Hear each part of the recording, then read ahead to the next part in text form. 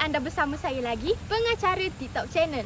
Episod kali ini agak istimewa kerana kini saya berada di Muzium Losong Negeri Terengganu.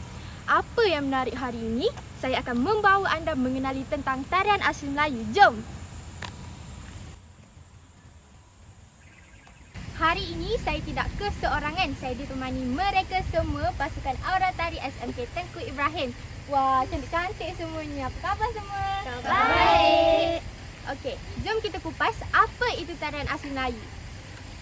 Tarian adalah ungkapan jiwa manusia yang diungkapkan melalui gerak ritma yang indah dan diiringi oleh muzik. Tarian dibahagikan kepada dua, iaitu hiburan dan juga sebagai salah satu komunikasi.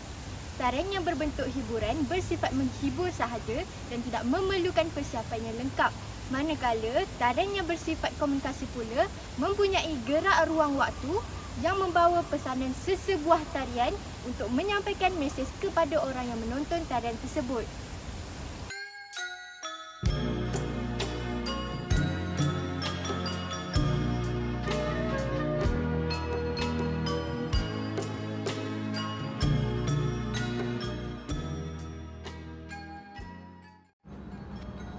Sesebuah tarian juga merupakan alat ekspresi ataupun sarana komunikasi seseorang seniman atau artis kepada orang lain.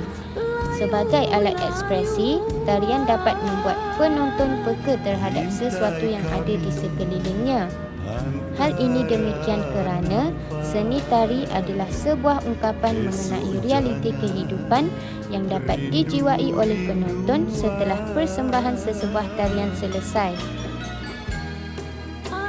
Cina pasang luka, luka dipasang di Tanjung Jati, di dalam hati tidak ku lupa, sebagai rambut bersimpul mati.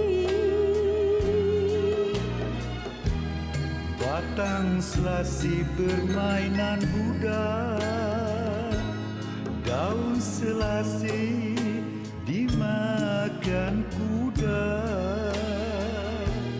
bercerai kasih talak tiada. Seterusnya, kemunculan tarian-tarian asli yang dicipta daripada lagu-lagu seperti lagu Makan Sirih, Gunung Banang, Asli Sapu Tangan, Asli Selendang, Asli Abadi dan lain-lain lagi. Tarian asli boleh didapati di seluruh Malaysia, terutamanya di Semenanjung Malaysia.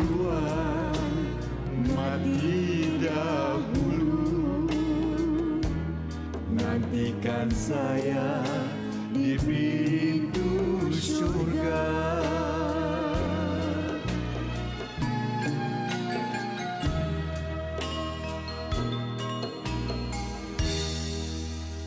Tarian asli merupakan kumpulan yang dicipta berasaskan lagu-lagu asli Melayu.